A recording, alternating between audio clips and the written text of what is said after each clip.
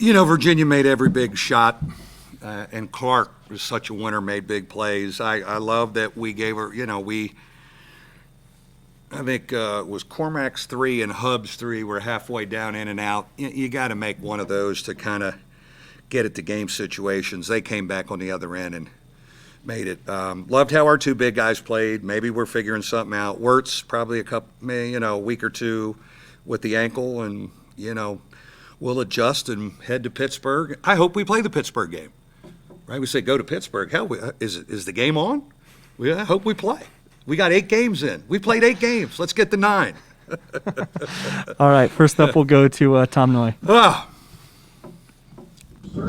Mike, when it's a 3-point game and 5:48 left, how much of that time, anything that happens after that, is just the belief that you guys are going to figure a way out, hit a big shot, get a big stop, and get out of here with a win? Yeah, we're not, against good, we have lost to 5 good teams, really, really good teams. We are not at that level to get over that hump yet. I was very matter of fact with them.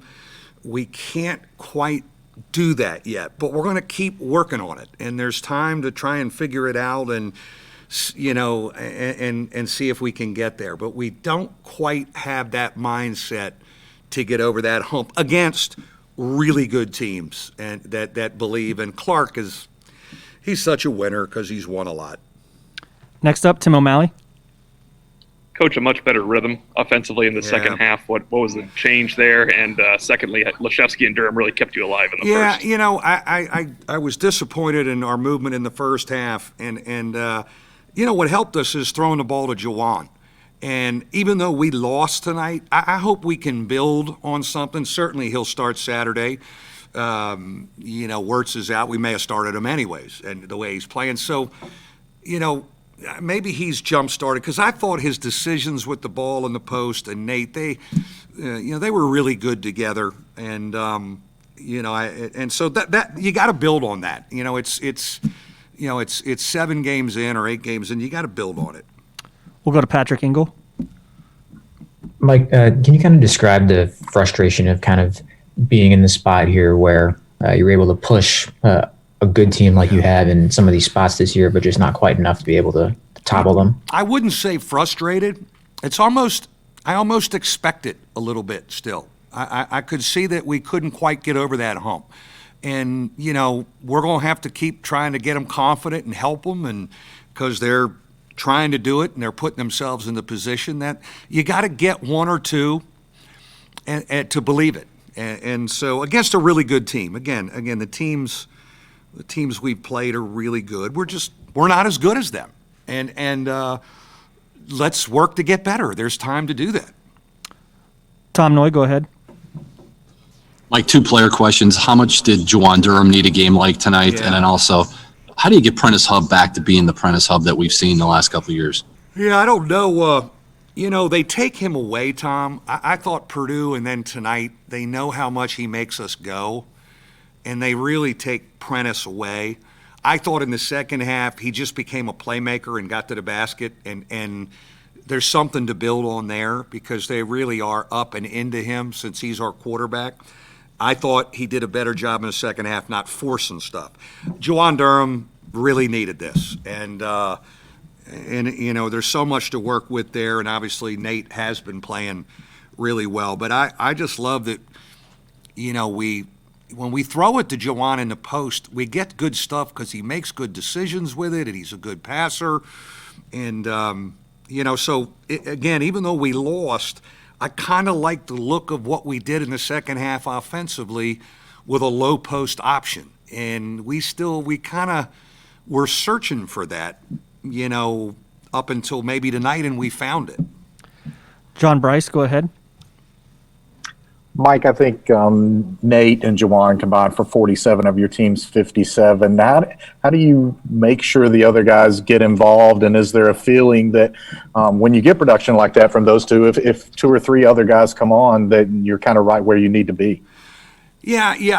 I think our guards did a good job in the second half of taking what the defense gave them, which was Juwan and Nate a lot, and every now and then a kick out to our guards, and then our guards drove it. So, we can't force stuff. I thought we forced stuff in the first half, especially against this level of competition.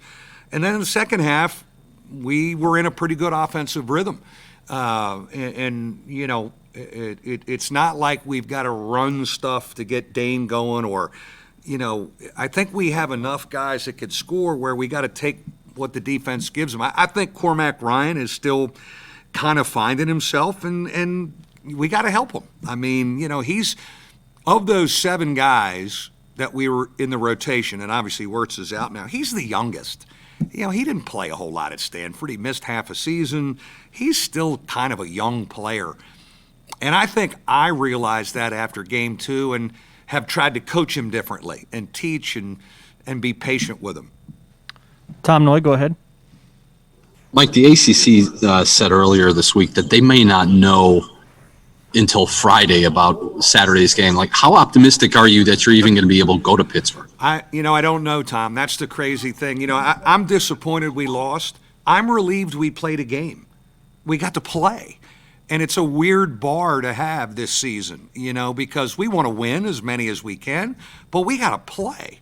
And that we have, 8 games under our belt at this point is great. And then we'll test tomorrow, and Pitt will test, and they'll tell us before we go to get on the bus. And the one thing the ACC has done, because you had the football situation where 2 teams went to Florida State to play football and never played, but they chartered a plane, and we've had maybe a little bit of that happen in basketball. We're really trying to stop that from happening. That is such a waste of resources for us to get all the way to Pittsburgh and get a phone call at midnight in a hotel, by the way, the game's off.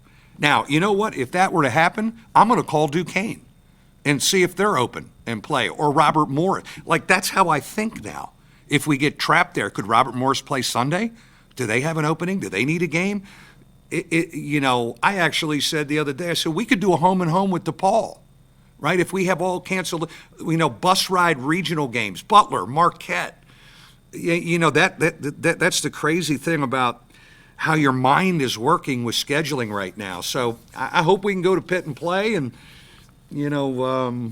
our guys, we're all trained to live day to day, but, I'm thinking about plan B. What if we can't go to Pittsburgh? Could somebody play us Sunday here and not a league game? Oh, maybe it is a league game. That's the weird stuff about it. It's crazy, but anyways, we'll see where we're at tomorrow by 5:00. We'll probably have some more info. Final question for Coach. We'll go to Patrick Ingle. Mike, what have you noticed in Juwan that seems to make him more comfortable as a passer there? I think it was just 1 assist, but it seems like that doesn't quite tell the whole story of how he's been able to pass out of double teams and kick out to shooters. I think he's really unselfish and has a great feel for the game, and they did double him early. And I thought he did a great job finding people all the time and not trying to make a scoring pass out of it. He really has a great feel for the game. And